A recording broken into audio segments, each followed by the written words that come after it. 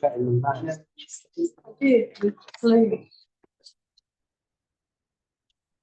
say that it's okay to park over my drive. You need to get the mark on it. Good evening, everybody. Welcome to the meeting of Putney Town Council's Community and Planning Committee. Putney Town Council meetings are now recorded with recording streamed live and stored on the Town Council's YouTube channel. By virtue of attending the meeting, you consent to having your image and audio recorded for this purpose. If you do not wish for your image and audio to be recorded, then please do not stay in the meeting. For those in attendance, we are not expecting a fire drill tonight, so if you hear the fire alarm, please head to the nearest fire exit and congregate at the fire assembly point by the Oakwood Centre at the front of the park. Thank you. Okay, up with the meeting. Item 1 is apologies. Do we have any apologies? Yes, we have apologies from councillors Baker and Lewis, and Councillor Baker has advised he will attend virtually, is he not? He's not at the moment, so I'll keep an eye out for that. Okay. Yeah, thank you. Do we have any declarations of interest? Okay. So item 3, minutes of the planning and community meeting held on the 30th of January. You have them there. Are you happy that they're a true record of that meeting and I can sign them as such? Yeah. Yeah. Okay, thank you. Right, actions and follow-ups, item 4 on the agenda. If you want to just have a look through them, if there's any items that need comment or any questions that you have on them, we'll take them.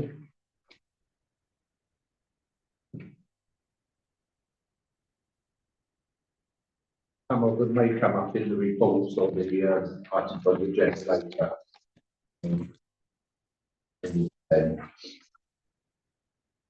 But we will proceed.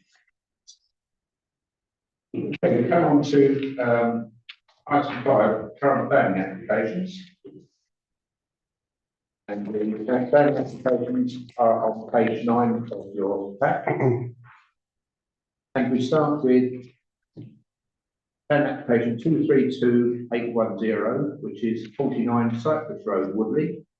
And it's the full application for the proposed subdivision of the site and erection of a single 2-storey side extension to form 1 3-bedroom dwelling with associated parking and access following demolition of the existing single-storey side extension. We have, I think, a number of people who are objecting to the proposal. So I don't know, do you have a spokesman, one spokesman, or anybody going to wish to make a comment on it? I'm quite happy to speak. Yeah. My name's Diane Vickers. I live at 40 Cypress Road, which is opposite 49. As at last night, when I think was closure on the Borough Council website, there were 19 objections. That excludes duplications. The common points are it will be totally out of keeping in character with the existing estate and development. It's detriment to the appearance of the street scene and the surrounding area. The estate was built in the early 70s and consists of semi-detached and detached properties only. This planning application is for an additional dwelling, which will be a terraced house, and would then mean that 47, 49, and the proposed 49A would become a row of 3 terraced properties. Lack of and loss of visual amenity, land and soft landscaping. And it will affect the openness of the junction of Cypress Road and Redwood Avenue and will add to the existing traffic and parking issues that already exist. Nobody seems to have seen a planning notice displayed, and no neighbours appear to have been consulted over the application. There are a number of other objections on the website, which other people have made, but I think that probably summarises many of them. Okay, thank you very much. Just on one point, there is no legal need now to actually have a sign directed for the planning application. So I'll take your other points. Yeah, I think the attachments that have been submitted suggest that neighbours have been consulted, and it would appear that none have been. So I think we feel it's all a little bit brushing it under the carpet. Okay, thank you. Right, comment, yes. I was going to say, Matthew, can you go through the drawings on the screen so we can all see them and go through them? The point of this bill is, unfortunately, there is a precedent for this in Woodley already. We've got the one at the junction of, not Walmer, Welford Road and Headley Road East. That is an end of, that was an end of terraces that have been terraced. And there's one on Tippings Lane that was a semi-detached that's been terraced. I completely hate these. I think it's a terrible thing, but there is already a precedent. So in planning law, how can we as a committee object to this that's going to have some welly behind it? I think, I mean, I've studied the site, I've been having a look at it, and I actually live very close to it. Yes. That estate, if you like, the trees, does not have a terraced house on it at all. So it's rather out of keeping. That's, I think, would be the angle we could take on that. It's not in keeping. And apart from the other issues like the problems with parking, I think that's the area to go. In fact, it's a terraced house on an area that predominantly, which is exclusively in detached. Or semi, yeah, there's no terrace there at all, is there? No. Just on that point, just there's 4 properties here on Redwood Avenue. Oh, yeah. When I The semis, Now that wouldn't be allowed today though, because there would have to be a metre gap between those two boundaries, wouldn't there? I mean, There is a slight gap between There is a gap. the two we Yeah, can see. Yeah. but if that was to go to planning now, there'd have to be a metre gap at first floor level on both properties. So you'd have a 2 metre gap to stop this terracing effect. there is also the issue of parking. Yes, so there's no parking shown for 2 cars, which for 2 houses is ridiculous. Chair, can you hear me? Hello?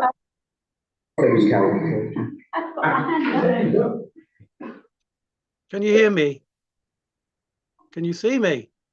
Yes, we can see you, Keith. Hang on a second. Carol was first. All right, let's just go Carol first, and I'll come back to you, Keith. Thank you. I was going to ask the same question as Matt has pointed out in that photograph.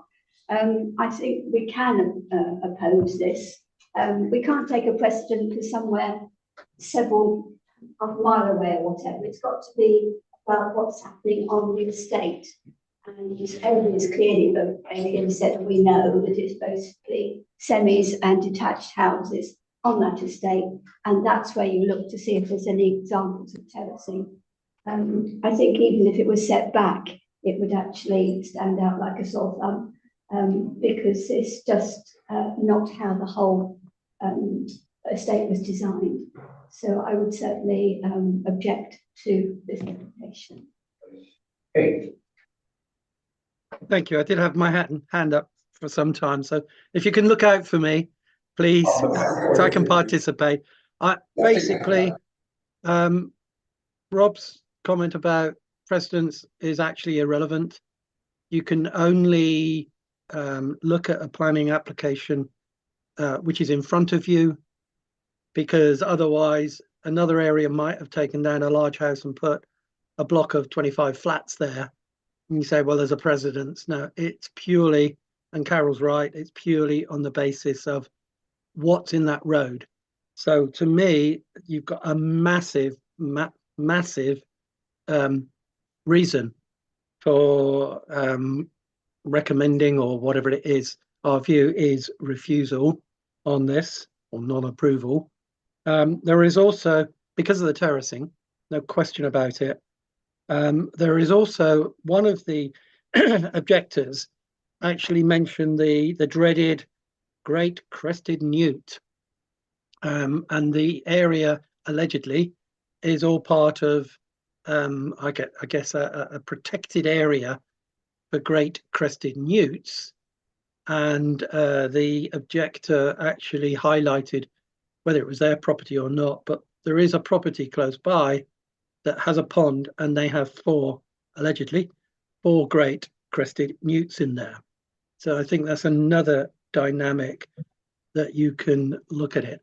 In terms of it being out to the boundary, I don't believe there is I know, Rob, you were saying it needs to be a metre out, or what, a metre and a half. Don't think that is the case.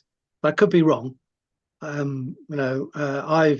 my extension was a long time ago, and it's out to the boundary, and we often see things out to the boundary. So to me, it's a resounding no, refusal. Thank you. Thank you, Graham. Yeah. Anybody else have any comments? Just a small one. Oh. I could comment on the two garages in the rear garden. The two parking spaces for 49 are okay. But it does mean the garden gets paved over as normal. But the garages at the back, 49A, they're just in line with each other. So it's done purely as a numbers game. One's a parking space, One's the garage. yeah. Yes. I would have said from that drawing. It is, I think it's a garage with a, but in fact, isn't it there already? Isn't There is a garage there already. Yes, I think that's what it is, that's being retained. Yeah.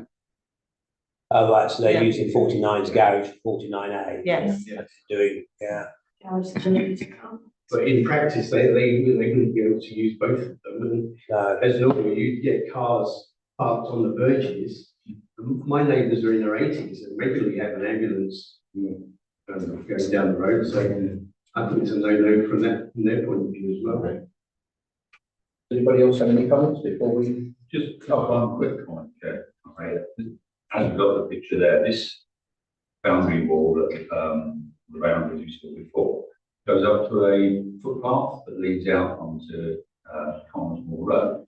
Yes. And again, whilst Google had an amazing picture with no cars are there, strangely enough has happened today. This is a route where a lot of school children come through, and that whole close bit there has been probably parked cars on many occasions. So I don't know whether bringing a new house up to the boundary wall, whether that's planning allowable or not, would actually obstruct the view there or cause more difficulties. I think that's something that be brought to my attention. Okay, thank you. The committee, did anybody on the committee have any more comments, or you quite happy to propose on this one? Bill, my point, I refer back to what I said earlier, as long as we've all said no, but this doesn't then just get lip service at the council. Oh, Woodley Town Council said no, but the officer, I assume the officer would agree, this wouldn't necessarily go to a planning committee, would it? No, if it goes to the planning committee, sorry, if it goes to the Woking Borough Council, it can be determined by an officer. Yeah. Unless we make the decision that we want it listed. And therefore, in the instant that, in the case that he may wish to approve it, we would ask that it isn't decided by the officer, but it goes to the planning committee. Can I request that then as a committee? We request that, we ask that happen. Yeah. So then these residents have the opportunity to go to a planning meeting should they wish and voice their concerns. Because to these people and to us, it's not right. Right, I will ensure that, as it's in my ward, I'll ensure that the request for it to be listed is done. Sorry, please. Thank you. No, You just jumped into where I was going to say. The way we do it is we get it listed, and the text we use generally is, if the officer is minded to approve, I want it listed, so go to the planning committee on the basis of these points, A, B, C, D, E, right to Z if you can make it. So if the planning officer refuses, then you don't list it, obviously, because you got what you want. And my advice, Bill, is since you're on the borough planning committee as well, it would be better for Anne or Abdul to list it. I would ask them to list it, then therefore we have somebody from one of our own ward councillors speaking against it, and as me on the committee, I can also vote if necessary. Yep. Okay. Right, good, thank you very much. Okay, so we have gone for future item. We will recommend that to the borough. Thank you very much for your attention. Thank you. Are we leaving now? Is that? Stay and watch the entertainment if you wish. So I'll touch it up in the evening, it's nice and warm out there. Thank you very much. Thank you. Thank you. Thank you. Bye-bye. Bye. We're going to go out of order on this, because obviously we have other representatives from the neighbourhoods. We're going to go down to 240197, which is 13 Highgate Road. And this is a householder application for proposed erection of a single-storey side extension, garage conversion to create habitable accommodation, extension to first floor front dormer, erection of a first floor rear extension, plus demolition of the existing front garden wall. I think we have somebody from the neighbourhood who wishes to speak against this. Is that correct? Yes, okay. Would you like to? Yes, sure. You're Mr. Good. Mr. Good. That's GAUOT. Thank you very much. Mr. Good. Okay, so, my neighbours want to, erect a single-storey side extension, garage conversion to great habitable accommodation. From what I can tell from the plans, this is going to fill in their driveway, which will leave our side alley, which is 1.3 metres wide, in shadow, and we've got two rooms that we use. Right. And we're going to lose light through there.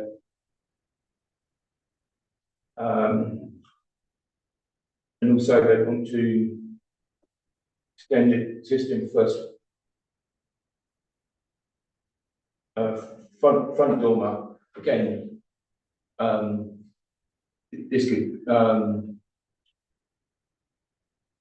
like give us lots of light through a front window. It's going to extend beyond that window.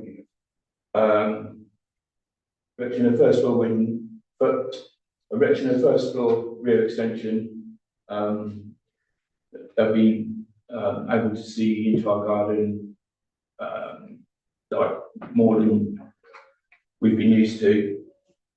I just sort of feel that we're going to have a tunnel down the side of our house and just leave no light. Right. Thank you very much. Fine. Thank you. Yes, Carol. Yes, I would share those concerns. I think the massing of this extension is going to definitely impact the neighbour. And it seems to bode along. I mean, I know it doesn't matter what it's going to be for, but it goes back a long way, that ground floor, that extension. There's no windows or anything like that, but certainly in terms of light or just the impact on the neighbour, I think is unacceptable. Yes. Again, my understanding of it is that it is actually coming right up to the boundary.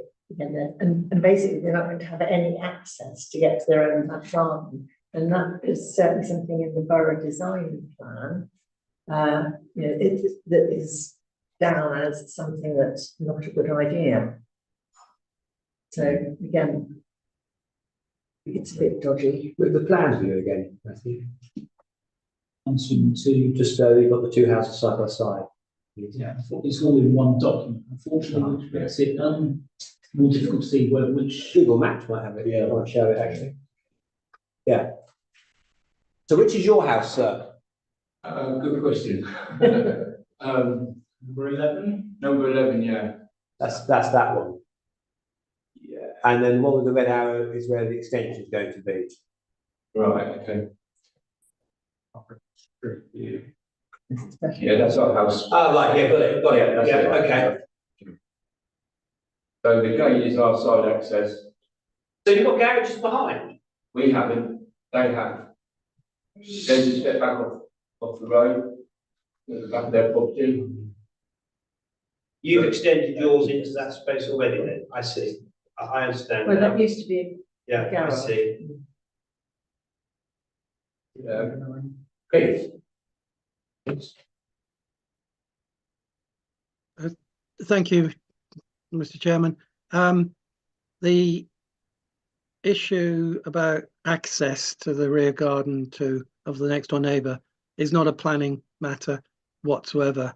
There's loads and loads of houses you don't have access. You have to go through your front room or whatever. So it is not a planning matter. Inconvenient it is, and maybe it should be a planning matter, but it's not. It is in the design. Well, okay, but you're going to lose it at appeal. So, because exactly what is the guarantee? How, is it a space to have two people or one person, or put a wheelbarrow through? It's can't do it. I'm sorry. So the house to the right's been extended. Your house is a different design, isn't it? Yes. Yeah, it's a different design. Yeah, I see. Yeah. So the house, and they've joined together there. What they called Link terraces. link terrace. Yeah. Linked semi-detached, isn't it? So how can we, if we can, other than Carol's point of overmassing, how can we object for this resident? They've both done that, sorry, put my hand up. They've both done that, therefore there's no impact on either neighbour. It's because one side's doing it, and with the height and massing, that is the difference. Yeah. Can I add to that, please, Chair? Yes, yeah. Yeah. On that vein, if you look at the location plan, you will see that my rough estimate is they're actually increasing the inhabitable floor area, probably doubling it a bit more. Yeah. And that in essence just reinforces the massing argument. Do you know what I mean? Yeah. If you look at the location plan, the block that says number 13 on it is really small compared to the grey bits. Yeah, but the grey bit on the top right is the garage existing, isn't it?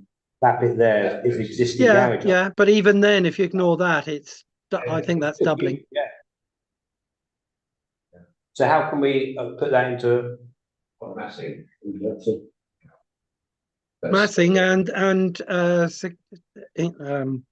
it's it's floor area.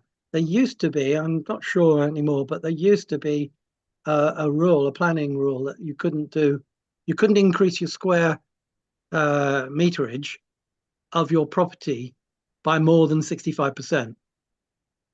Now, I don't know whether it's 65 or whether it's still in, but it absolutely plays into the massing argument.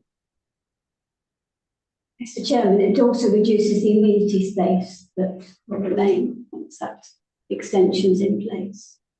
Sorry, Being it's a garden, it reduces it. I mean, that's quite a small area now. Yes, yes.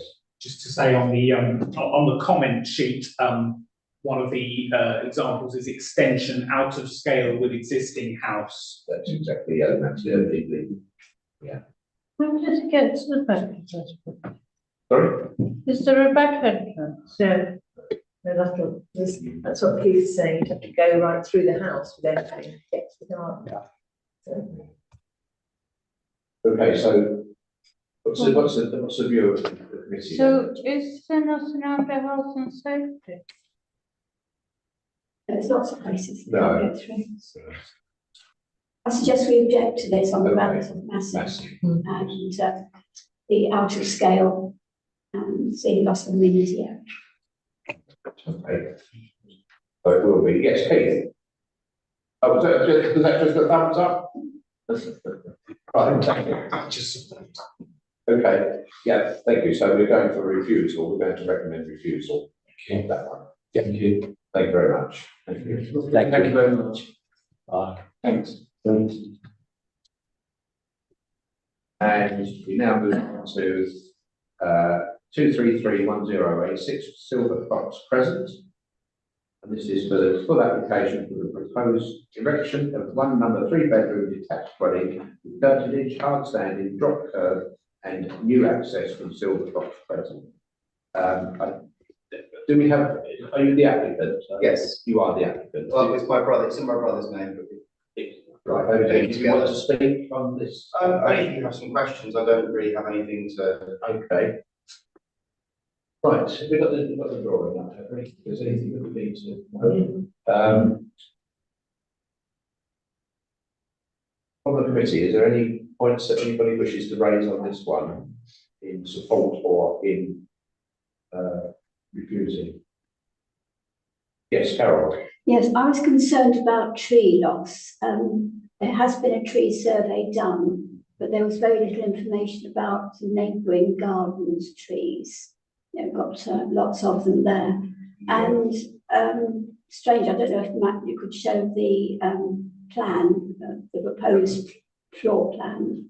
It's this one. It's that one, yes. It just struck me. It's a very large car, or it's a very small lounge and kitchen.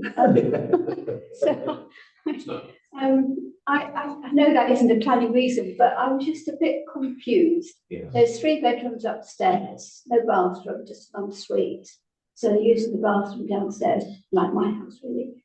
But it just doesn't feel to scale. I don't know if you can throw any light on that at all. I think it's intentionally designed to be fairly small, so it's going to be a house for my mother to move into, our mother.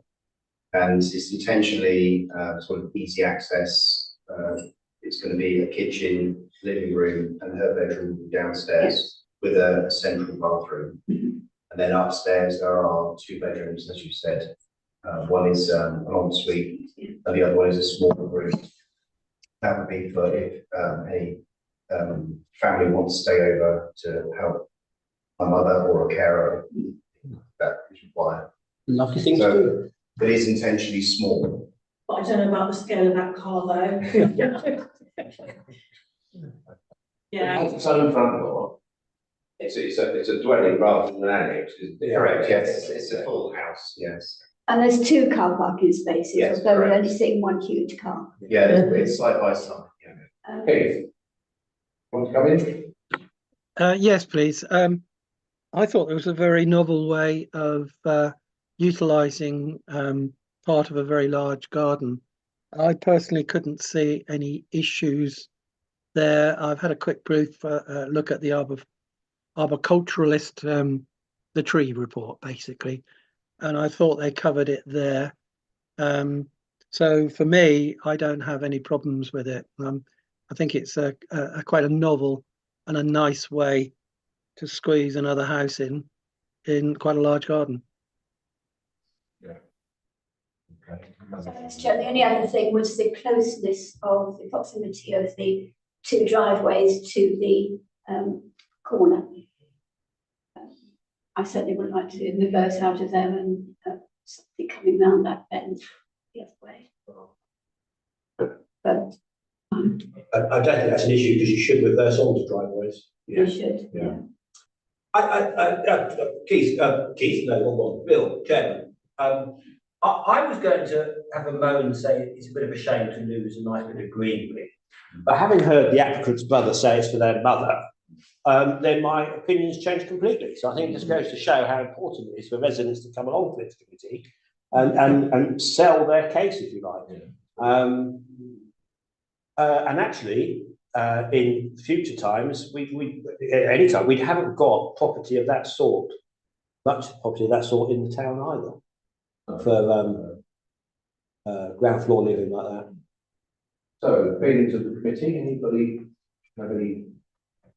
I agree with what You agree, yeah. Are we happy to approve this one? Yeah. Recommend approval, don't approve it, recommend approval. Yeah. Okay, thank you very much. Thank you. thank you. Thank you very much. Dan, you're welcome to stay if you wish, but We might go to get a dinner. thank you very much, thank you.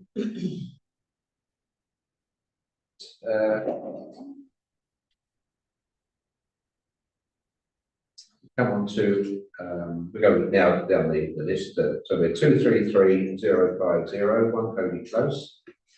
Household application for the proposed lot conversion to create capital accommodation 4 number integrated roof, light stroke balcony, light and balcony to the rear elevation with changes to demonstration. Any comment on this one? Yeah, there were actually some objections to this. I don't know whether you've got them at hand. Yeah. Was the overlooking? Well, I think when I first read this through, this, it was talking about Velexes. Oh yeah, that's cool. But they're actually quite big, and they start from the bottom, quite low down, and there's like little balconies around them. So, so the chap who was objecting was saying effectively you've got a viewing platform on the back of the house, and you can see right into next door. Oh, that was on one side, and on the other side, you can see right into their garden and looking down to a conservatory with a glass roof. So it see where they were coming from.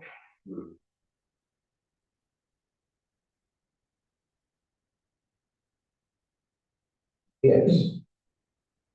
Bill, I can understand fully what Jude said and agree.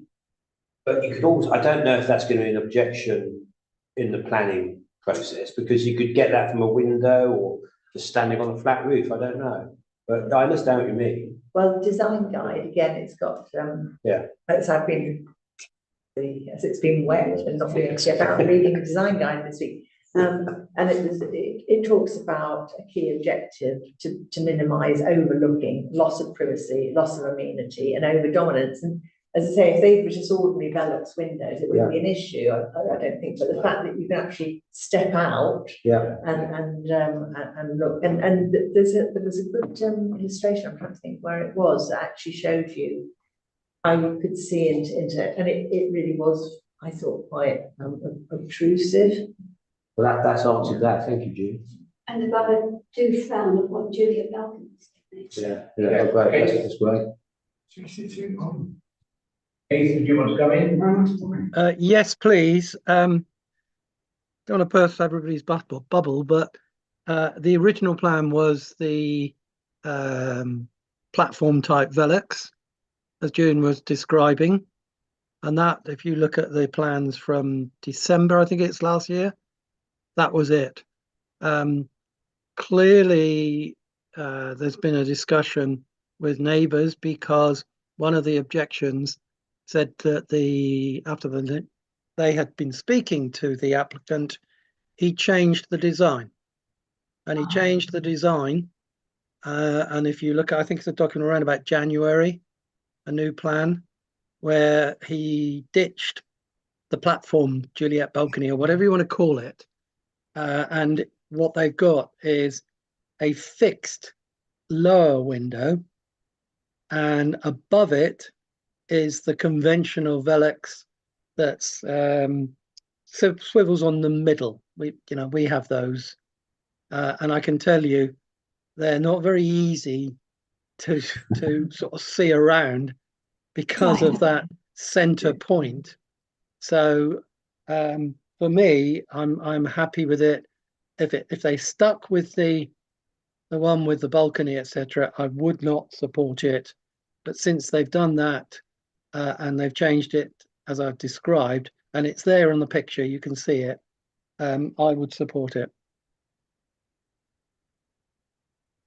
Yeah.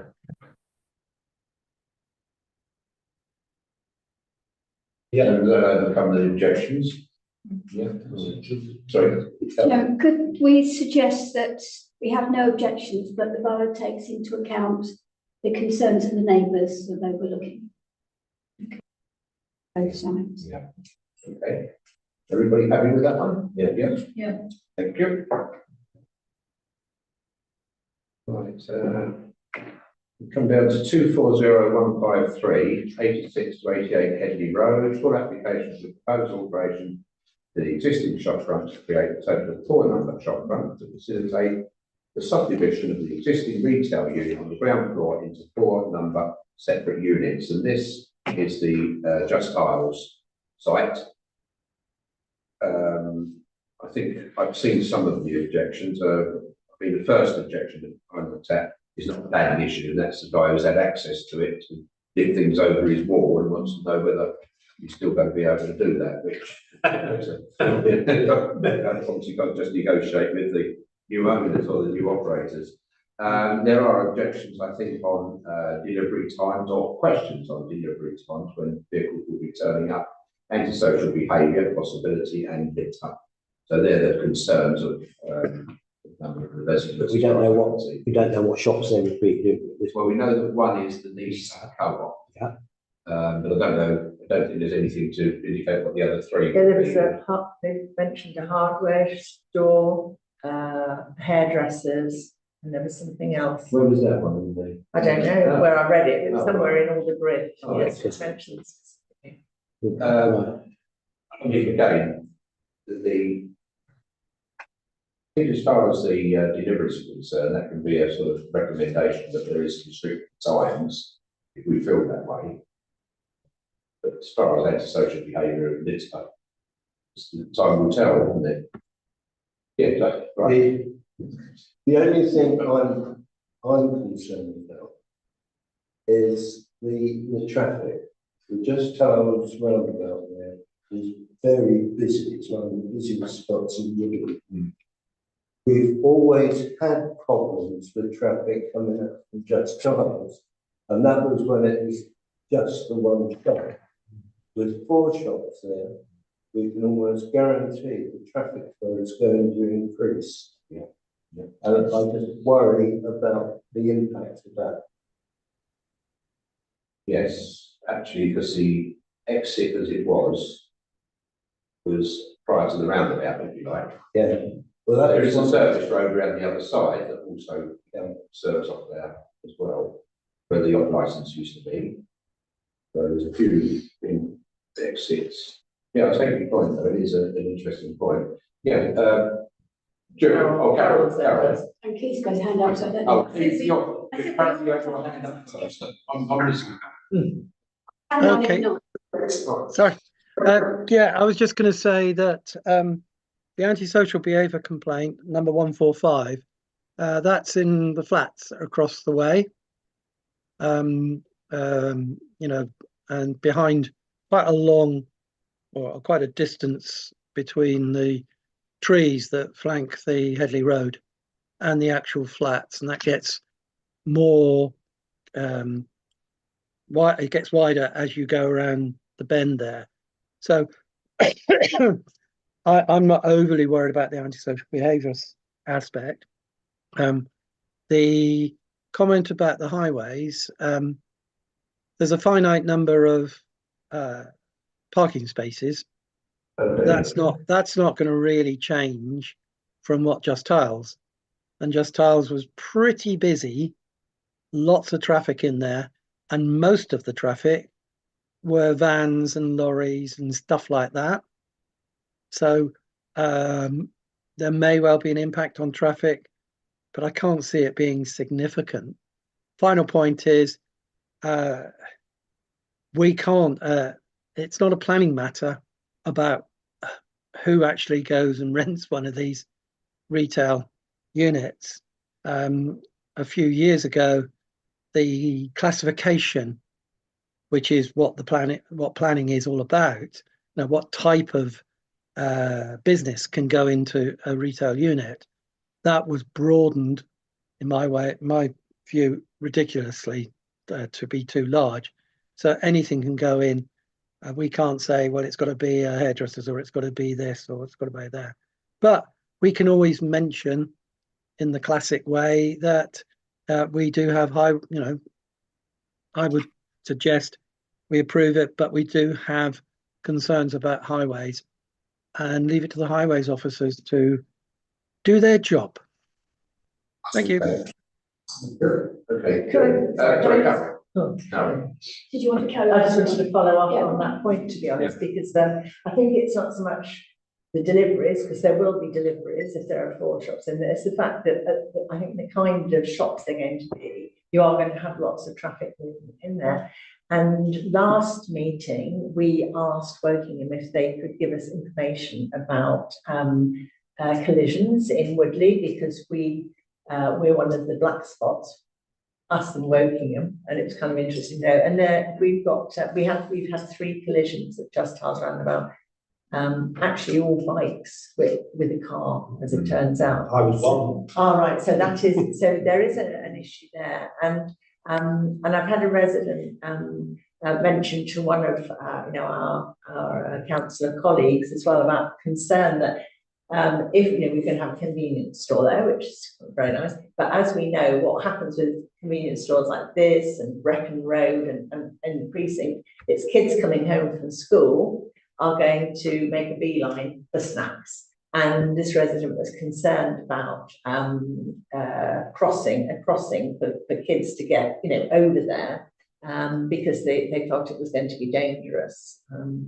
So I think we do need to strongly emphasise about the sort of traffic considerations, particularly as I say, we've got evidence that that is a dangerous or a relatively dangerous roundabout already. And I just think the number of people in and out, I mean, however busy Just Tiles was, I mean, there's not that many people going in to buy tiles, are there? Whereas if you've got a hairdresser there, there's going to be people in and out all day, and certainly with a convenience store, the clue's in the name. There's 13 parking spaces, I think, that's marked out, whether or not that's going to be how it works out. So you see that it's the. But I think if you had 13 people parked there today, it's an issue. 18 spaces. It's out there, you don't decide yet. It's What's the access? Where are they proposing? Because at the moment, I think you can actually bounce down the curb, can't you? Yeah, you could just drive straight off. There is a drop, there is a drop up that. Yeah. So ideally, it'd be better to have a dedicated access and egress from it. There used to be big concrete bollards along there. Well, yeah, something that belonged to Scotland. Back in the day. Coming off the, that would make a difference, wouldn't it? Like an in and an out. Can you see that one? The space there. Yeah. Right, so Mr. general Chairman. feeling is that it's okay. Bill. Oh, sorry. Yeah. I was letting everybody else go, but Right. before we finish, we can't dictate what goes in there, but we have got a definition of the type of retail unit. And my feeling is that the 4 is too many. And the 4 is too many in view of the number of car parking spaces there are. Because we can, let's say 4 hairdressers went in there, unlikely, but we don't know, we can't go on 3 plus Nisa. That could put some strain on the car parking. We've also got deliveries as well. So issues with the access, egress, etc. I'm concerned about the parking. I don't think overdevelopment of the site is probably a good reason, but if there were fewer retail units, then the parking could perhaps not be such an issue. There is parking round in the service road, although that gets pretty full up, which is where the off licence was and the estate agents are. Yeah. Councillor Baker has his hand Oh. up. I'll come to you first, Robert. Thank you. Just said, could we ask, they actually have an in and an out? Yes. Because if you come in at the roundabout and go out on Headley Road, because cars, if you're coming out of Headley Road onto the roundabout, and there's a car coming out from the off licence exit, that was, you could see it. But if there's one here, it's a bit, It's a mess, really, isn't it? Yes. It's a mess. Yeah. It just needs to be tidied up. And it's a shame we can't, going back to Keith's point, I mean, it's a shame we can't not decide, but know what's going in there. Because it would make a huge difference on the footfall if it was, for example, a pizza shop compared to a hairdresser's. A pizza shop's going to have a lot more footfall than a hairdresser's shop. So, it's a different category of shop, but as an example, I just think with a convenience store, that's the whole thing, is that people dodging in for a couple of bits and dodging out again. So I think it's going to be busier than Just Tiles was. Yeah, I've sort of got a personal interest for, well, almost a prejudicial interest in that for the last 3 years, I've been trying to get a pedestrian crossing at that location for all the reasons that June has been talking about. And the response probably made about 12 requests over those 3 years. The response has always been the traffic flow is not big enough to qualify. I'm still fighting for it as well. So, you know, sort of being a bit selfish, if this was refused on highways grounds, it would reinforce my desire to get the a pedestrian crossing there. But obviously that's not a planning issue. The comment that June made about it's not that busy, builders were in Just Tiles all the time.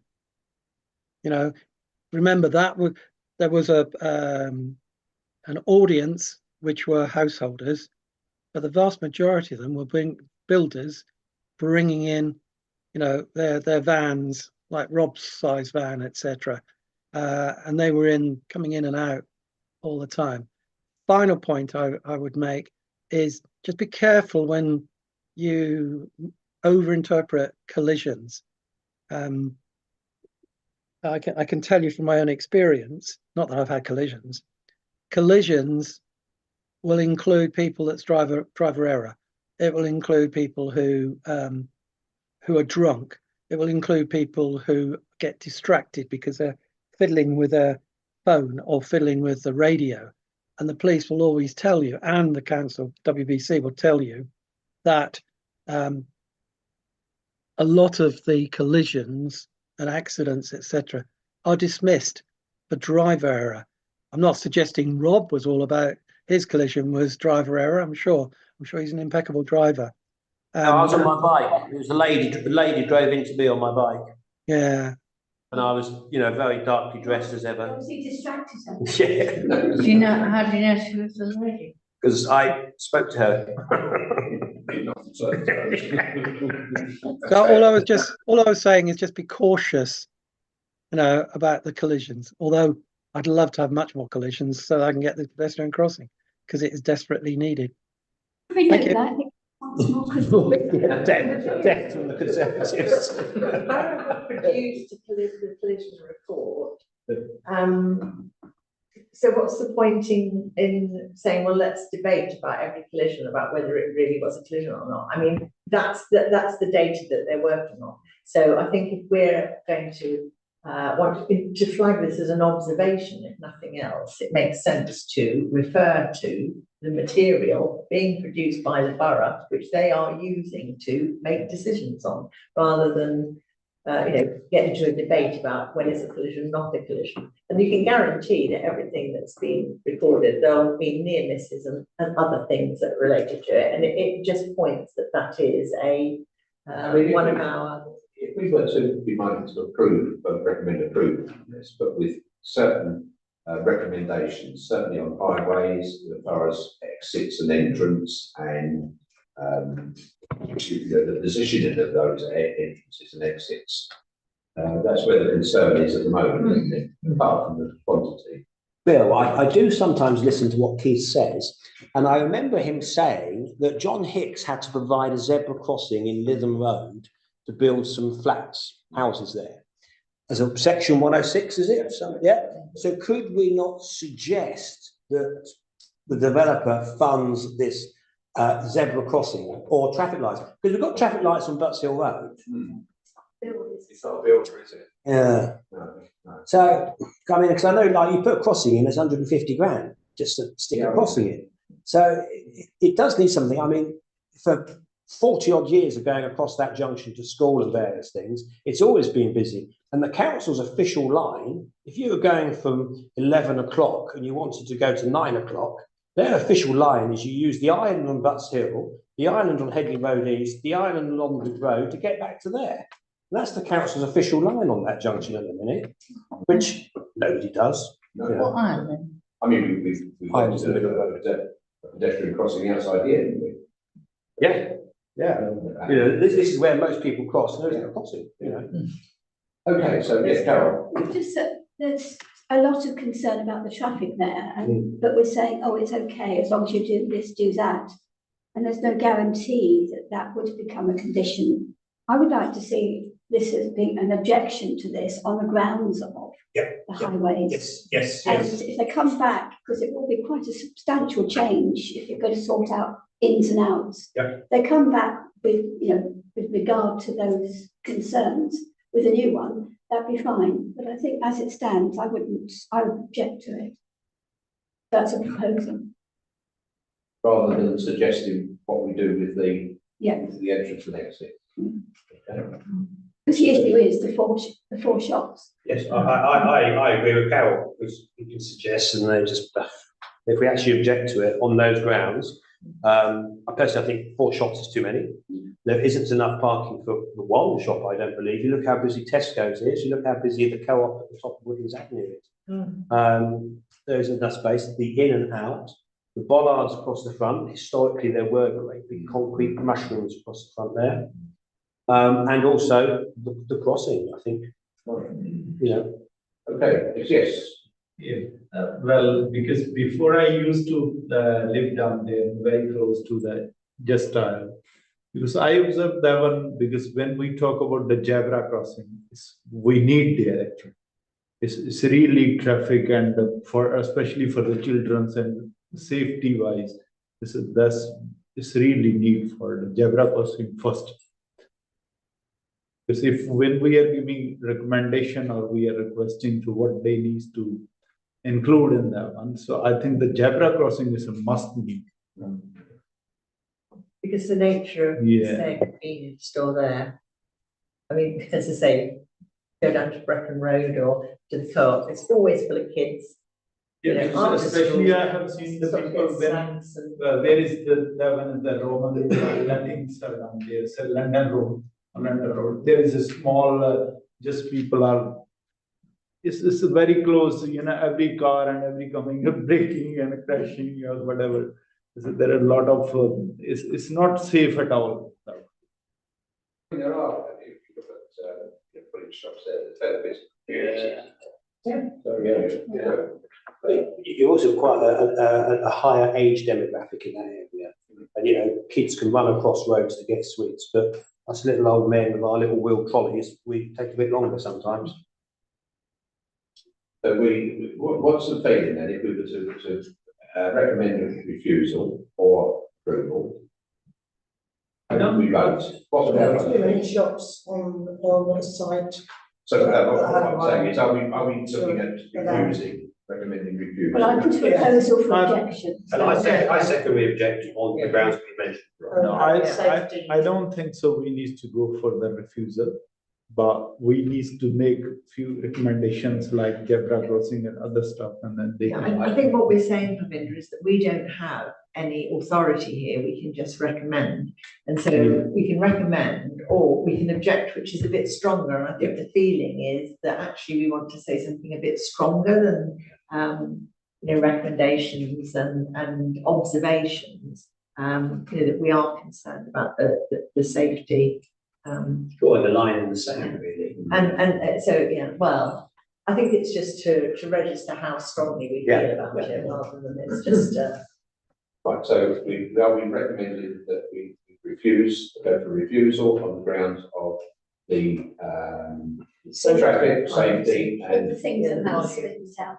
Yes. 20 minutes ago.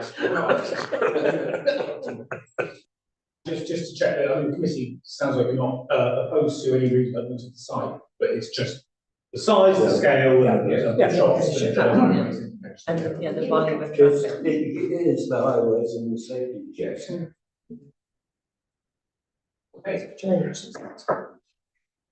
But I suppose it's not possible for us to say that we recommend the highways and safety issues be addressed before proceeding with the application.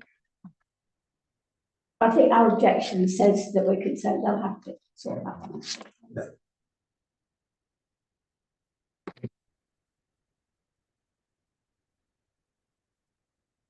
Ask that the highways attend the site, which no doubt they would do. To view the situation there where the problems are. Decision. Right, okay. 240158 60 Rochester Avenue. household application to propose single-storey rear side extension following demolition of existing conservatory and garage. This one, I couldn't see anything. Really, there's one, this one. Okay, you got any comments on this? Everybody happy to recommend approval? Yeah? Yes. Okay. Thank you very much. 240173, 62 Lysander Close, household application proposed, two-storey side extension with changes to the fenestration. 173. This is, I looked at the drawing of this, really it's just an infill, isn't it? It's not extending beyond the building, existing building, it's just filling in a gap in the house, isn't it? As far as I can see. Didn't really see there was a problem. Got the right one?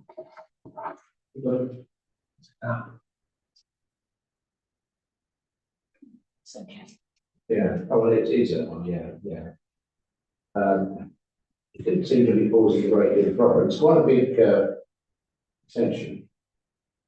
They've got a big hedge, haven't they, all the way along? Yes. So you can't actually see much. Yeah. Right? It's not overlooking, is it? No problems, but what's the feelings on that one? No problems? Everybody happy with that? Yes. Yeah. Okay. 240217, 39 Arundel Road, council recommendation, proposed garage conversion to habitable living accommodation with changes to fenestration.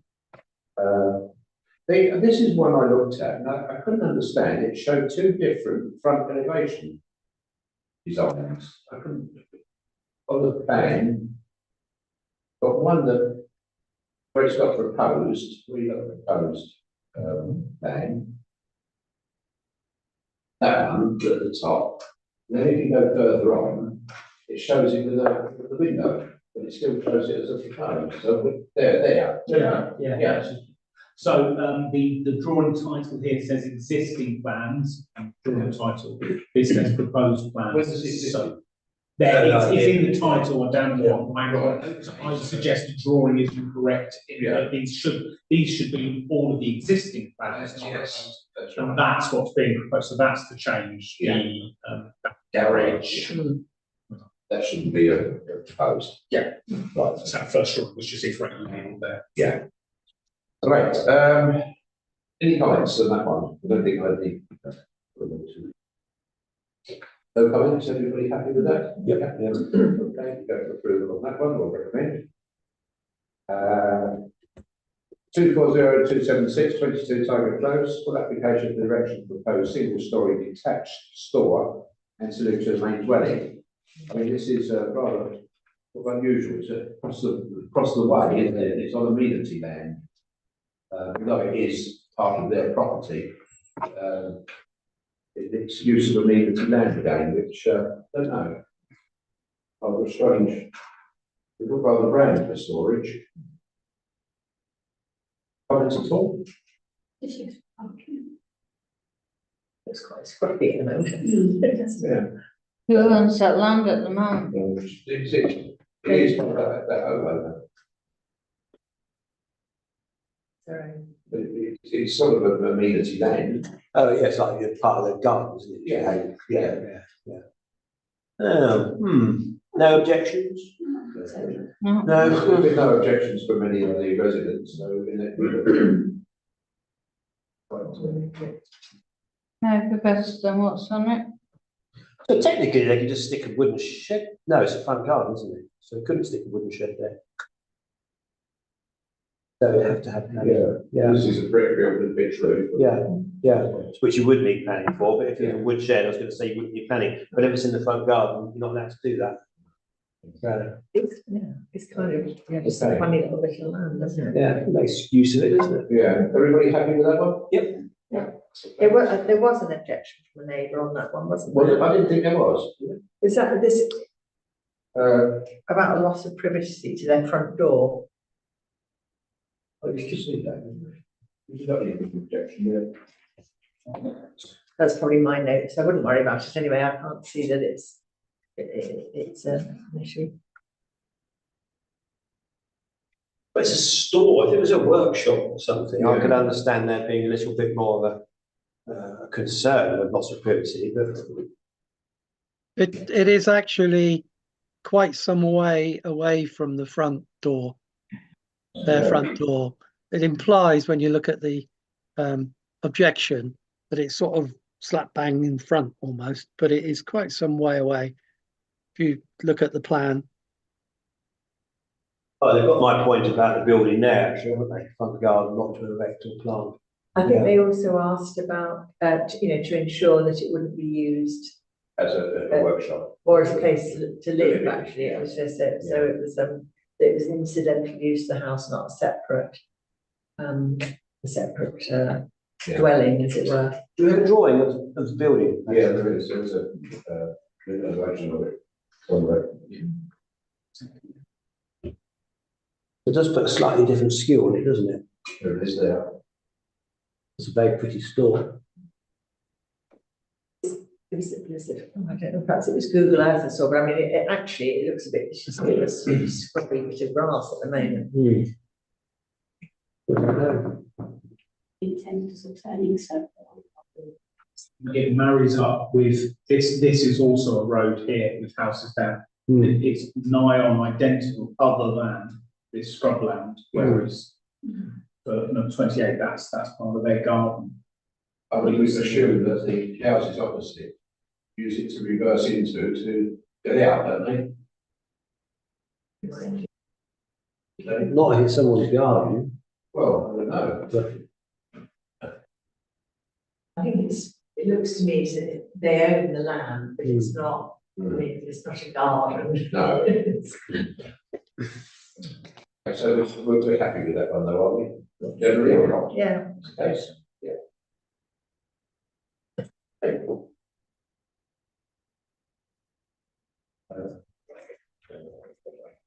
Right. 240304. Woodley Green, household application, proposed direction, the front porch, 2-story sign and rear extensions, along with changes to illustration. And that is. Yeah, the only comment I've got there, it doesn't mention, I think, the demolition of the garage in the. And it was obviously that garage, isn't it?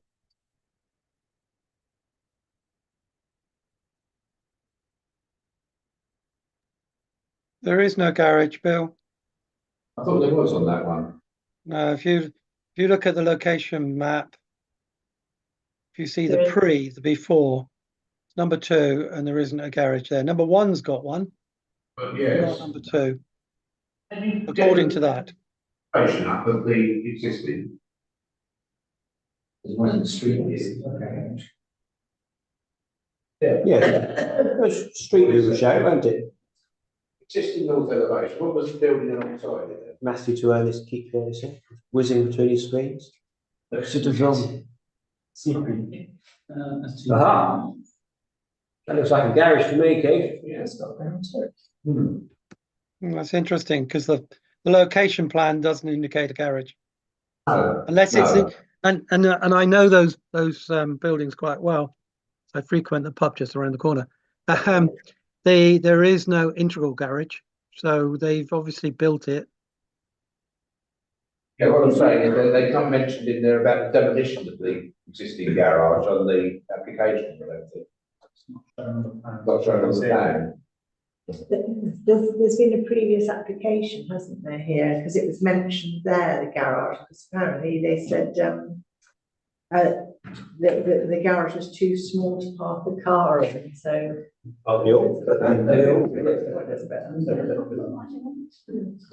Previous application was approved on the 21st of November 2023, and the committee submitted no objections to it. The proposal was to propose erection of part single, part 2-story rear and side extensions, a single-story front extension following the demolition of existing garage. Right. And that was approved. Yeah. Right. Yes, and in fact, they were, yes, I think on the original one as well, there was some discussion about whether there should really have been 3 parking spaces, but they said, oh, that's fine, it'll be okay with 2. And they wanted to retain some of the garden as well, rather than make it all parking, so. So as I say, it's been around the loop once before. Yeah. I think it's just got, what's happened is they've got more on the front now. But yeah, other interesting thing, I noted that they've agreed with their neighbours that they're going to match up their the fronts as well, you know, and to make them sloped rather than flat, which would be quite nice. Yeah. Okay. Any other comments on that? Quite happy with that one, okay. Thank you very much. Open page. 240327 as proposed. Household application proposed 2-story side extension, single-story room extension with changes to demonstration. Quite a large addition, wasn't it? 327. Got a comment there. I'm afraid it's yeah. So this is the house that it was up. With the fencing. Yes, and Yeah, moved the fence forward, and now they're going to put an yeah. extension behind it. Very clever. Yes, I know. Yeah, I mean, when you look at this one, the extensions are not overlooking anybody, it's a forward part, isn't it? It's not, really, I could see interfering with anybody, but, I don't know. Now the fence has been moved out, I suppose there's no reason to object to that. Right, has anybody got any objections to that, any comments? Good site, isn't it? It is, yeah. It was the original show house. That's what it stayed when it was built. Yeah, so the garage had patio doors in it, which was the sales room, and then you went to look around the house when it was built. Which is why then it had different garage on it, yeah. Okay, we're all quite happy with that one. Rubbish, I remember. Yeah.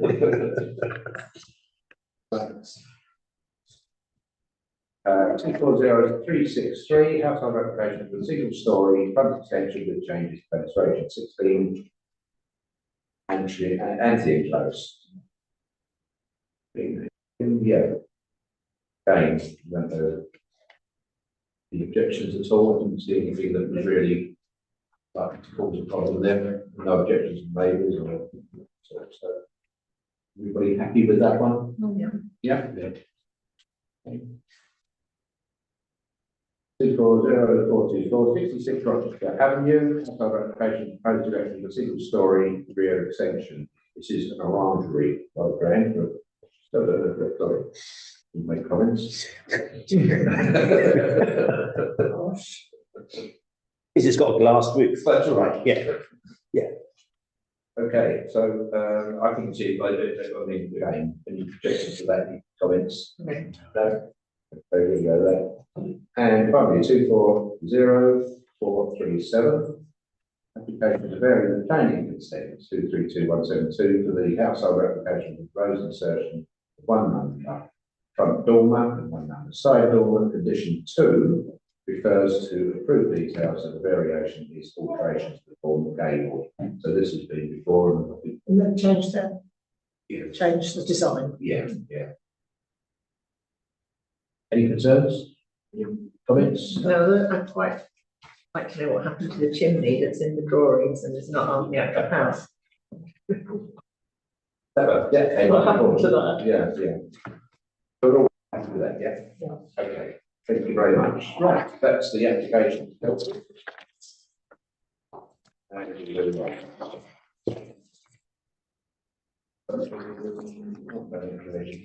Planning decisions, we seem to fall fairly in line with what the borough has come up with, so I don't think there's any that concerned about, so I think that's okay. Everybody okay with that? Yeah. Planning appeals, we just have one in Coppice Road. Okay, the road's like a really good start, which is the attention to the town council deputy. That's going through. Further approval submission of the type application just needs consultation with joining neighbours to the site, so that's what we're having with Woodley.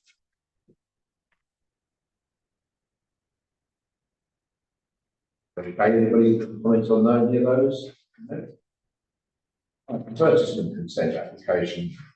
These are generally illuminated signs within Headley Road and Headley Road 10.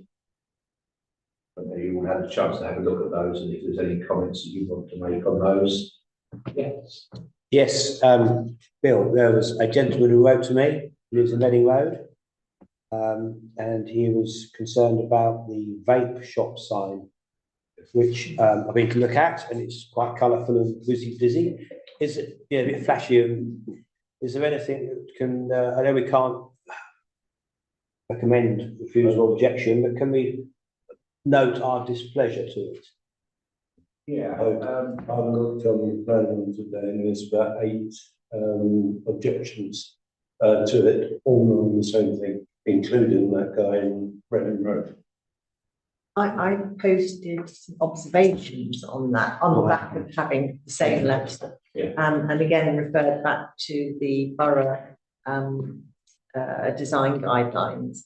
And as I say, I contacted the chap and told him this is what, if you wanted to object to it, these are the things that you ought to be referring to. Sure. And it's all to do with sort of the character. And I mean, personally, I don't feel particularly strongly one way or the other about it, although I have to say, if all of the shops down there had them, it would look a bit lurid, I think. But there are guidelines. I must say, the old borough design guide, it's all very much that how beautiful Wokingham is, and then oh, this is Woodley, so more or less you can do what you like. But there are things you can say, and I suggested in that if you did find it a bit in your face, I think there's an argument for saying it's kind of an urban design and we're a suburb. And so, you could make it a design, refer back to the design guide and say that it was out of keeping. So, I think the problem is it sets a precedent, and if we're going to look at some of these and say, we're going to turn these down, and then they say, well, won't you put about this one across the way. Well, Yeah, Keith. Yeah, thank you. I'm one of those 8 objectors. Basically, there is government guidelines, and don't ask me whether it's DCLHE or whoever, but there are government guidelines. One of the key things in there is that you should not have flashing, effectively flashing lights or moving text, etc. And that's what, because it's the vape shop, has got. So it's clearly against the government rules for that. It's whereas the other ones will be static, etc. But the vape one it's moving, it's flashing colours, it's and I guess the reason why the government has those rules is because they can, I understand, trigger. For certain people, it can trigger fits and all that sort of stuff, So I think we could comment on it or make an observation on that basis. But if we're going to refer to government guidelines or rules, then we need to refer to them specifically. So we need to look that up. We can't just say it's a government guideline. We need to actually identify it. No, if I'm not at home, so I haven't got all my paperwork, but if you look at my objection, and I'm guarantee the person from Reading Road, because he also contacted me, who objected, is quoting chapter and verse. I know that because I lifted that specifics from him. Well, then, let's say if we're going to do that, we need to refer to that. But do you think that as a committee we should make an objection? Yes. We should support this, Mr. Hunt, his name was, we should support Mr. Hunt. And he has written to Wokingham Borough. Carol's suggested, he won't reply back to me. I think you've advised him that we would all write, or we would need to write individually. I can't remember whether you advised him he would right to as well. He has submitted a comment online that says the bright flashing moving lights of this advert are not suitable for the streets of Woodley. Do we want to support that then? If we say we want to Well, support yes, that but here, again, by referring to the design guide, I don't know whether my comments, because they don't get loaded straight away. It normally takes the night, so they do actually, comments should go up immediately, actually, was my understanding. Your comments are on there. Of course, because, well, From the that 16th of February. yeah, that references the Forest design Design guide. Yeah. Yeah, so we should refer back to that, because the thing is, what's the point of having a design guide if we don't refer back to it, and then they need to tell us why they're ignoring their own design guide. Okay, so do we want this committee to write a letter to the borough? Objecting to the. Just to know, I can obviously make a comment online for this. These applications are not necessarily subject to consultation, but as with any planning application, anywhere in the country, anyone can make a comment at any time, whether the borough officers will take it into account or not. This would have come to, surely this would have gone to for a planning application, same as the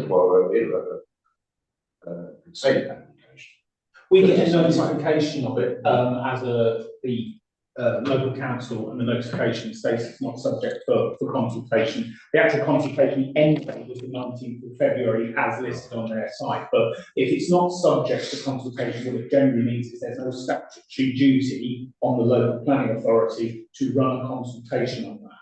But it is a planning application, they therefore have to publicly put it online and allow anyone to make a comment on it. But if it's not statutory consultation, they have no duty to take those comments on board. I believe the planning officers generally do and would see what's written on there, but it's not statutory, that's the difference. Right, good, thank you very much. Yeah.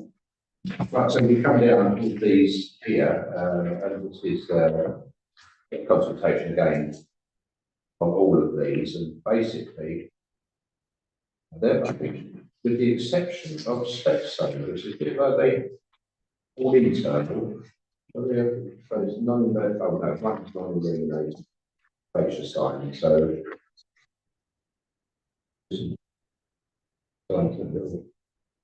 We're quite happy with these, why you? Yeah. Right. It's just the fact that it's, you know, flashing and. Right, okay. Preparation order, item 10 is application for works, and there's just one in Midroad Way. We just need to note. And item 11, cycling, walking, start and finish group. Don't know if you want to, make a comment on this? Councillor Jewell was elected chairman for that specific meeting, so I'm for councillor to present that. I think if everybody's read it, it's not a huge amount to read. If they've read that report, I think that covers everything. But if anybody's got any questions, I'm happy to answer them. Okay. Item 12, school parking. Sorry, councillor, there is an item E on that. Oh, right. To amend the section 4 size of the item in terms of reference to cycling, will be started and finished as follows. So you can see the amendments in red, the alterations in red. Yep. We're all happy with those amendments? Yes. Yep.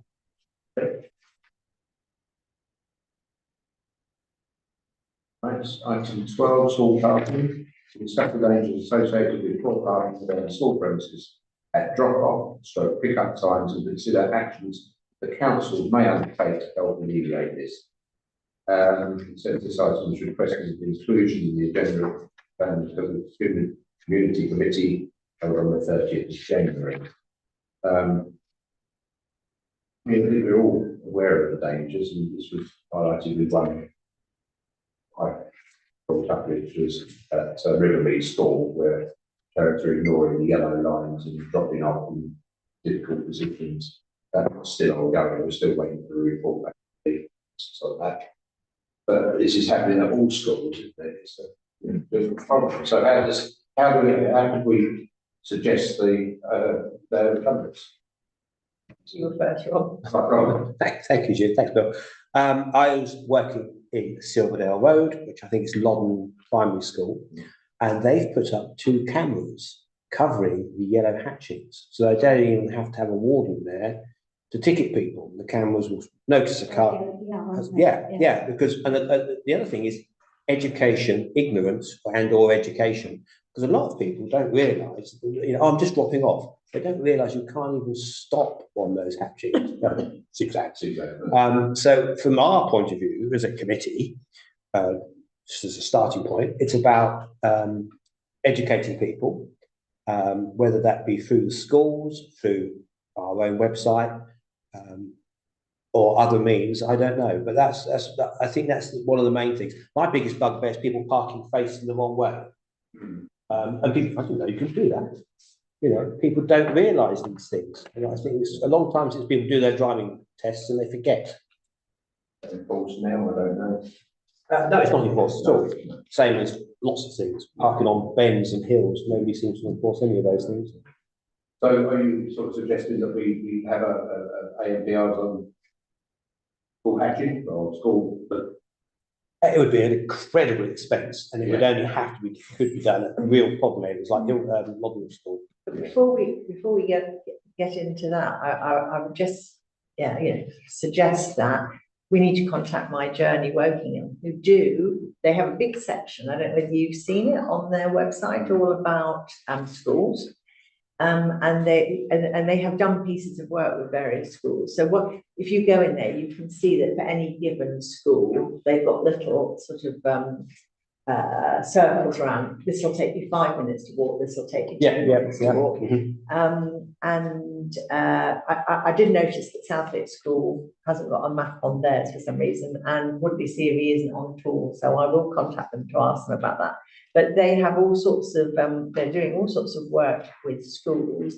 So they've got a thing called Mode Shift Stars, which is, again, it's supporting an initiative within schools to encourage people basically to walk to school or to scoot to school, particularly the primary schools, and just to actually try and cut down the number of cars there. And apparently Hawthorne Primary School in Wokingham won some South East Regional Prize on the back of the work that they had done to reduce things. So when we're talking about education, we have somebody on point already at Borough who can help with this. And they do, competitions every term to raise awareness. Another thing that they encourage schools to do and help them is around car sharing. So, you reduce the number of cars by parents, getting parents to sort of pal up. And again, I think things are so different, certainly from when I had my kids, when, I used to drop my kids off to school and go home, whereas loads of parents now, they're dropping their kids off and then they're going off to work. And also, I think, with people going back to work, women going back to work quickly after they've had kids, you don't have all that building up a network so much that, again, I have the benefit of. So it's sort of fostering all that. I mean, they've also done work on walking buses, and again, that's very sort of dependent on having volunteers available to help with it. But nevertheless, that's another thing to look at. And another interesting thing was park and stride. So in schools where they'll locate places where you can safely park and say, walk the last 5 minutes. You don't, drive okay, but just walk the last 5 or 10 minutes. And so I know at Bullmarsh, there's quite a lot of parents will park in the car park, by the park, and and literally people are in there dropping and encouraging, and it's just all those sort of nudge things. So I think as a start, we've got a list of things we want to talk to My Journey about, but this is something that would be really interesting to talk to them about, how they could help us with that, and again. And this is, I'm sorry to sound like a crack record, but there's loads of stuff going on in Wokingham, good initiatives and what have you, that ratepayers in Woodley are contributing to, and they're not necessarily getting the access to it. So I think we're quite well placed as a town council, you know, to approach My Journey and say, we've got this issue that everybody else has got. Can we have some help? Right, yeah. Keith? Hello, Keith? Yeah, it's okay. It takes me a minute to react. I did highways exec member for 7 years, I think it was. And all these things like the walking buses, there was a fantastic one in Arborfield, really brilliant, but it's reliant on volunteers. And we all know the pool of volunteers for everything has been reducing dramatically year on year. And great education for the children, but the children don't drive, it's the parents. And getting to them and getting them to change their behavior is incredibly difficult. You know, from my experience, people have been trying it for the last 18 years and they really haven't managed to shift it much.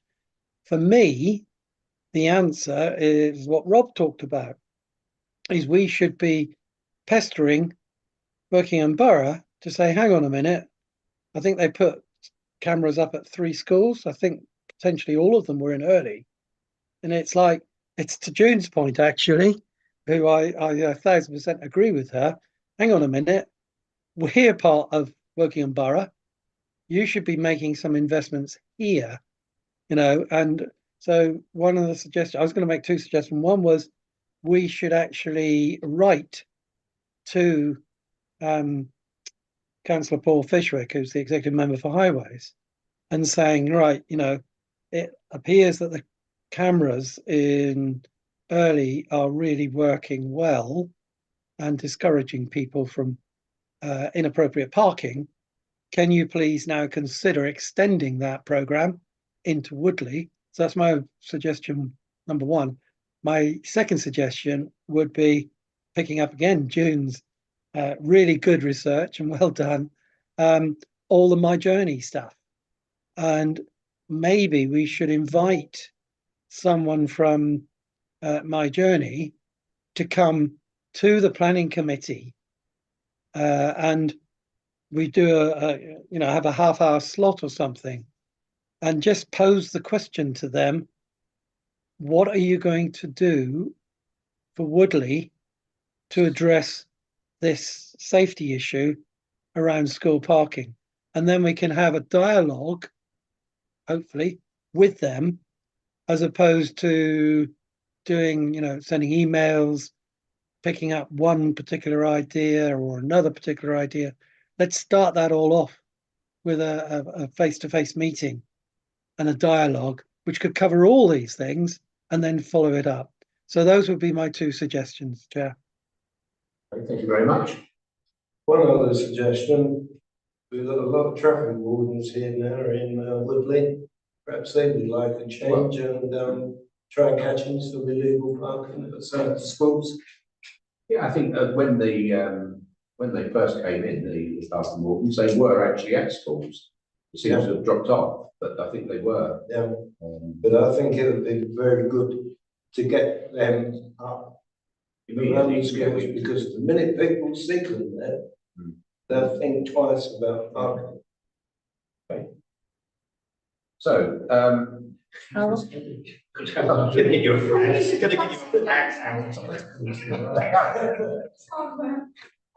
We've already invited My Journey. They're coming to the walking and cycling task and finish working group. So we can report back to planning and community once we've had our discussions. thank you. I just wanted to say that we're being quite kind of aggressive about parents parking. And I just don't think that's the kind of right way to approach things. And neither do I think, do we want people to come from My Journey and us to ask them, and what are you going to do about it? I think what we need to say is, we have an issue here. People aren't I mean, people, may be thoughtless about their parking or what have you. I mean, I just know that people dropping kids up at school is probably the most stressful time of the day. Just gonna say that, yeah. And what we say to people, just don't have kids because they're just so tiresome. I mean, it's an issue and that we need to help each other to try and sort it out. And changing people's behaviour. I mean, I know, I was professionally part of, but part of my job was changing people's behaviour. And it was always said, changing a culture, 5 years, 5 years it's going to take you to change a culture. So, it's not something that you can just go like that. And just sort of penalising people and giving them a hard time when they're already stressed out. Why would we want to do that? So I think, we just need to accept that this is a problem and it's not peculiar to Woodley, it's across the whole country. And in some cases, there are things we can do to ameliorate it. In some cases, the rest of us might just have to be a little bit patient with fraught parents in the morning. There's a whole lot of things that can be done. It's not one silver bullet. And I would just like to enter into this in a sort of cooperative, we've got a problem, let's see what we can do to sort it out. Because if you start in this kind of aggressive way, it just puts people's backs up and they're not inclined to change their behaviour because they're feeling aggrieved. So let's just try and keep it calm and just say, let's have a look and see what we can do. And clearly Hawthorne School managed to do it. So, It's not a matter of being aggressive. People, if there's a working plan, cameras, what have you, people will ignore them. One hit by traffic warden outside one school will be enough to clear those spaces instantly. For a few weeks, David. For a few weeks, yes. I mean, really, when you But sometimes you have to be cool. Be kind. The only reason I think we're I'd doing start this is calm. for the safety of the children. So you don't have to do what's in the half term. But at the end of the day, these, you can't say that these parents don't care about the children. They're their own blooming children. Of course they care about them. So, but it's just, there are reasons why people behave like that. And I would like to always start off with sort that people will try and do their best if you help them to do their best. But, as I say, just to say to some person who's trying to drop their kid off at school, get themselves to the station car park and onto their one train that they can get for the next hour, and we're going to give them some more ag. I don't understand how we think that's going to change people's behaviour. So, but just an observation. Yes, thank you, Chair. I'm really, really impressed with June's optimism. The softly approach that she's been talking about has been tried. Certainly over the last 18 years, it's been tried by a whole host of people. And it really, we're still talking about it now. The people who... Perhaps it's time for a change. So people are breaking the law by parking. It's not necessarily, it's not inappropriately, it's actually parking illegally. So it's not being aggressive, it's asking the law to be obeyed. And you could argue sticking up cameras and issuing warnings and ultimately penalties is being aggressive. But guess what? It's had an impact. At some stage, you have to ramp it up. And the softly approach, and good luck if you can get it to work, has been tried by loads of people in Wokingham Borough, some highly talented officers, some highly talented educational officers, police, the lot. And we're still here talking about it as an issue. And remember, what underlies this is the safety of the children. There is a reason why double yellow lines, why zigzags are there. It's to improve the safety of the children. If we go softly, on those saying, yeah, well, I know you've got a problem. You know, the person who's rushing for the train, get up half an hour earlier, you know? That I know I'm sounding very, very harsh and you may call that aggressive. But anyway. It's not all illegal things. I mean, if you know, I mean, I live behind Willowbank School and it's not parents parking illegally, it's just rammed. It's just rammed. So there's nothing, they're not doing anything illegal. And it's people, you know, zipping in and out and then we end up with on Duffield Road, you know, there's just one lane of traffic. And so people are trying, you know, facing off. And I mean, it is ridiculous, but there's nothing illegal about it, you know, so yes, some cameras might make a difference, but I'm just saying, why go in for that first or exclusively, you know, when actually just trying to treat people respectfully and work together. But sorry, June, I have to dispute that. Double yellow lines, parking on double yellow lines is illegal. Parking on zigzags is illegal. That's a fact. Yes, but that's not the entire source of problem. You're not listening to what I've said. So yes, if people are parking on double yellow lines, self-evidently that is illegal. But you will find around schools, the issue is not necessarily, you know, there may be some people doing things illegal, but it's actually just the volume of cars. And then, you know, you're getting roads are down to sort of just one lane, and that's what makes it also very fraught. I don't understand why we wouldn't want to look at things that would encourage people to actually not walk, not go in the car, but to walk or walk part of the journey, just to make that easier. But as I say, the whole point about asking the My Journey people is to get some advice from them. For something, you know, that's fairly low tech and inexpensive, but also I think it's all part of fostering community and, you know, people caring about how they behave with each other because they've got something invested in their community. And yeah, I suppose it's just a philosophy about. Got Robert first and Belinda. Thank you very much. Right, we could sit here for a month of Sundays discussing how people's driving is. I don't leave home till 9:05, June, because it's just I can't cope. Right, so consider actions the council may undertake to alleviate this. Double yellow lines, as Keith said, illegal. You can park them at 6 minutes. You get on the double yellow line before they give you a ticket. That's long enough to drop your kids off. People are inherently lazy and self-centered. Yes, we care about our children, but we don't care about other people's children when we're driving our 3-litre car and we're queuing all the way along Tippings Lane to get to Wendelscombe School at 8:20 in the morning. It is wall-to-wall traffic. I've had to change my morning walk because I had an asthma attack with so many fumes down there. So consider actions this council may undertake. Meeting some time ago, I mentioned the road in Early that's got no access between 8:15 and 8:45 and 3:15 and 3:45, something like that. So these are the sort of suggestions I think we should now be making to Woking and Borough Council that they can look at to help this situation. So for example, if you have Walmer Road, Duffield Road, those various roads, you could say no access between those times. Are we pushing the problem out further? Yes, we are, but we're pushing it out into a bigger area, so it won't have such an impact on those residents. But this is something we as a council can do then again, because there are a number of schools in Reading who've done this.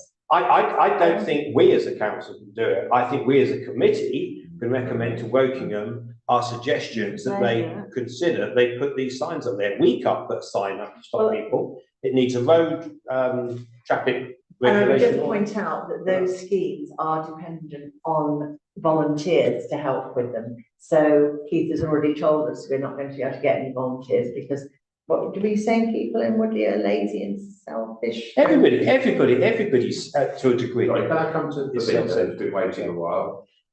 Yeah, well, thank you. Yeah, when we go for the school parking is actually I want to just add in that one, at least the school's responsibility as well. They need to pick every month, every 4 weeks, they need to pick big data or they need to at least send a polite notice to parents or whoever is, when they pick the, at least they can see the car parking, car number plate of the car, any vehicle. So it's a parking drop off, especially, and these or if something is keep doing continually, and once, twice, and third time, and then they can at least they can approach through the polite notices better. So then they can just request them. So at least if they have any problem, or they can approach to the school, and so at least they give. I mean, this is better to close with the parents, and we need to go through the, like, if they can, instead of giving some, the fine or whatever, it's not that, that's the deal. The main thing is then when we go to the close to the community, and we at least we can take them part in the school, and that time the picking and drop off time. So at least they can work either as a volunteer, so they can help us as well to improve this one. That's the main thing. Yes, sorry. No, this is a point that's been down here, is why are people dropping their children off at school in the car? Well, this is the whole point Yeah. of talking to the My Journey Yeah. people, and you have that Yeah. kind of conversation. And again, well, go back to my point, people are lazy, but it's an easier option to do. And you're dragging your teenage child out of bed, because you're not allowed to hit them anymore, apparently. So you're dragging your teenage child out of bed to get to school, you end up driving them, because they haven't got the time to then walk there. So it's a huge. I think it's very different as well. Yeah. And again, the My Journey guys are obviously reading all the stuff on their website. They do treat secondary schools and primary schools differently. Because obviously it's a completely different issue. So and like how you. So they. But I've just come to a conclusion on this. Do we take a report back from My Journey via the cycling? Yeah, we'll put this on the agenda. Yeah. So we're going to get a report See if back they on come that. up for a day. So basically, do we have, just put it point, what we should actually be doing otherwise? Should we be going to the police, asking for their assistance? Do we want to write to the council, or local borough council, and ask for the inclusion of cameras, or, where are we? We've talked around a lot of things, but what action do you think? I think we need some analysis first and then a response. That rather than the other way around, here's some solutions, let's do some analysis. And I think it'll be difficult. Could we not ask the council, for example, a question? These car parking wardens they have, they did used to go around the schools and ticket people. Can we ask, is there a voter, if you like, or do they actually go around and do these places? Because I saw them ticketing the cars over here one day and asked them to come over to Brecon Road, because all the W lines there being. I tell you where it did work. I saw firsthand was Coppice Road, the shops out Coppice Road. Yes. They had a blitz there because it was parked there for 2 hours, I think, is it? Not even that long. And they were patrolling that, and they cleared it. People don't park there. Yeah. They've stopped it. It's made it so much better. So are they still doing that? And I think the answer is probably no, because they can get more pounds for people in the car park parking over a white line. Yeah. So I think they're probably doing that. But if we ask that question, that could be the thing. And the My Journey that are reporting to the walking and cycling group, that would be very interesting to go to that meeting or to hear that. So that would be Zoomed, won't it, that meeting? I've had contact with My Journey, well, actually, with Transport Planning today. They want to have a pre-conversation to try and understand exactly the cycling and walking issues that we're looking at as a group, and to work out which team in Woking is ideal, because there are a couple of issues, one being journey planning, which would very much be My Journey, and one might be infrastructure, which would be transport planning. It may be that they have a couple of options, but we've got an open dialogue now with Woking on this. And we can bring this as another concern to us, and I think that they can work with us to come up with maybe some ideas as well that we can potentially help with. And they've certainly got a team that's focused on schools. Yeah, I think we need to bring this one to a close, if we could, as you say, be here till breakfast. So, Everyone will be rushing to take the kids to Oh, yeah, that's right. Okay, we come on to item 13, transportation byways, community speed watch. Anything to report there, David? No, I'll be perfectly honest, I made a slight movie as the police want registration of the camera equipment. And I found that out only when I went to try and establish a couple of spots for us to operate at. But all the documentation has been done, been submitted. I hope it's only going to be a couple of days before I see that up on the website, then we can proceed. But two places to start off with. First one in Commons Small Road. Just by Oak Drive, there's a very large amenity area. Yes, there's. Where we could place a camera. There is an envisaged speeding from the aerodrome that way down, so that seems a good spot in the first instance. And also I'm going to try and get outside the church of St John's Church on Church Road, where we know there's speeding. I'm not sure whether we will succeed with that though, because there has to be 100 metres straight level so the traffic can see them.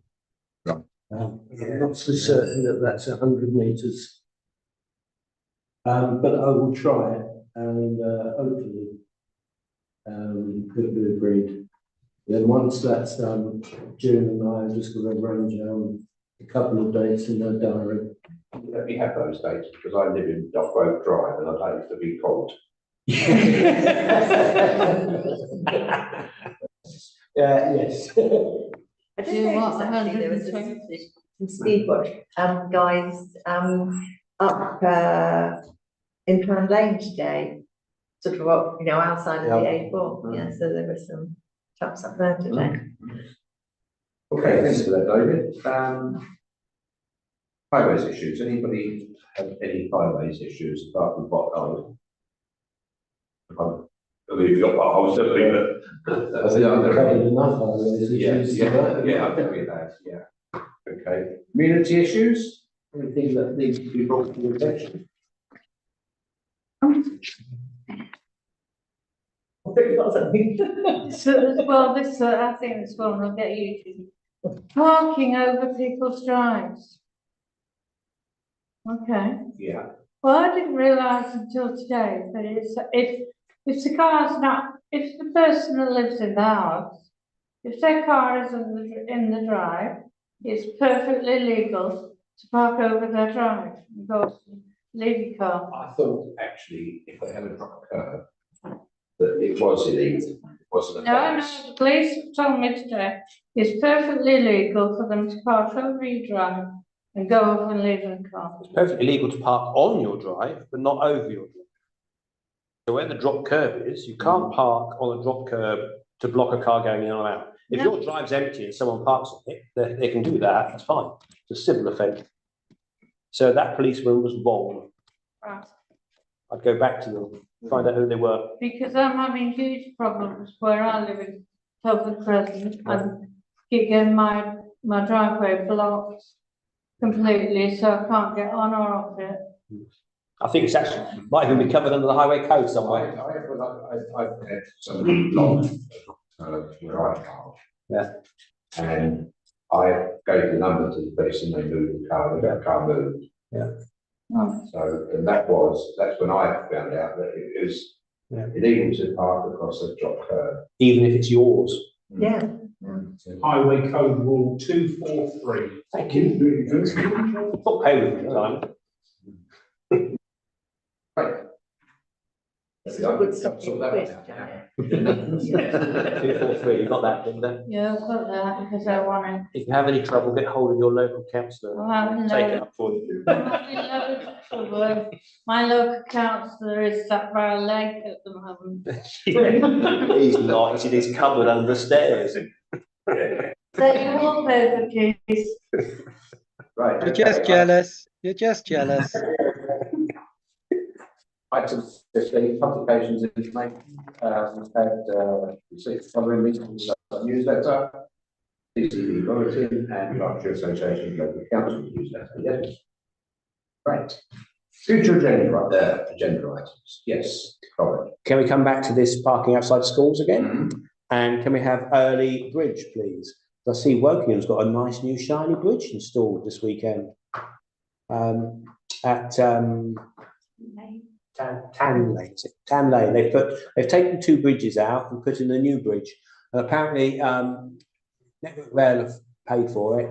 Wokingham and Town asked them to make it disabled access, and they haven't. They said no, we can't afford it. And you think, well, if they could do that there, why can't they do a nice new bridge at Early Station? So if we can have an update and a discussion about that again. It's in the local transport plan 4, isn't it? I mean, which we looked at last week. I mean, it's a long-term intention to do something about that. I mean, it's just what it'll come back to, it's funding. Yeah, because last week it was gas pipe. Well, there is. That's overcome because if we don't go for the disabled access as such, we'd like to have done, it doesn't cause a problem. I think. They did provide us a response on the 10th of January was the last time, so it was only 6 weeks ago. I read that at the last meeting. So they have a maintenance project were unable to resolve the disabled access because of budget, but it remains part of the LC with secondary network, which means in future plans they aim to provide step-free access for cyclists. So it is in their plan. They have got a maintenance project for it, which will go on this year. I'm not sure that there'll be any further information from them based on what they said 6 weeks ago. Apparently, update. apparently it's perfectly legal to do the disabled access to stations and the bridges and everything up to 5 years after.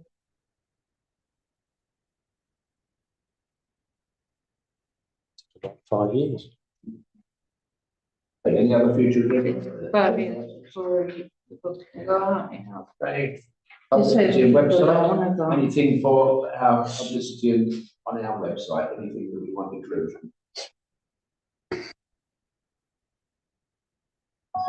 Well, we're not going to include anything about school parking then. Well, I think when we can come up with a positive answer as to what we're going to be doing, then that's the time to do it. At the moment, we're just don't do it. Advice. Yeah. You could say that could put something in there, you know, about we're looking at resolving the problem of parking outside schools, or you should be looking at the problem, and if you've got any feedback in it, if you have to ask people for You could put a photograph of a really badly parked car and say, this could be you next month on our website. Bad parking of the month. No, we don't want to do that. We're saying to people there's a problem. We want to have a look at it and any constructive, You need to reconstruct an accident. Little Johnny Flan, you know, and say, could this be your child? How do you feel about that, Drew? Do you need to ask? Right. Okay. So yeah, as far as that's concerned, we could put something. I think you could definitely put something saying that this committee is noted concerns around parking, and are going to be engaging with artists to look at it and just raise it as a concern. And actually ask people if they'd like to, you know, if they've got anything they'd like to say about it. It'll probably be full of old black bags, I think, saying, I would never refer to you as an old wet bag. But it would be nice to actually engage with the people that are dealing with the problem every day, which is, you know, parents trying to drop their offspring off. Okay, finally, enforcement issues, which is on page 15 and 16.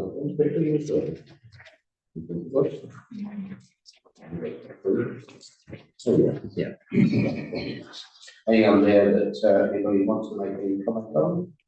Just why does it say no breach? Well, obviously the enforcement officer has gone there, and it strikes me as rather strange because, you know, where you've got that one comment way, without planning permission, then it comes up as no breach. So the comment under there is why it was raised as as enforcement. Someone has raised it suggesting that at the property there has been unauthorised, and they've gone away and checked it and said, no, there has not been a breach. Oh. So it's the reason for it being, submitted. Which might as- be as put forward it being. Oh, I see. But it is not saying that that is the case, it is saying. So someone said they've made this shop into 3 flats and haven't got permission. The council's looked at it and said, yes, they have got permission. They've either said, it could be a number of reasons, but it's definitely not that. Right. It's what they said. Okay. That no breach means, having looked into it, there is no planning breach there. Excellent. All right, thank you very much. Thank you very much.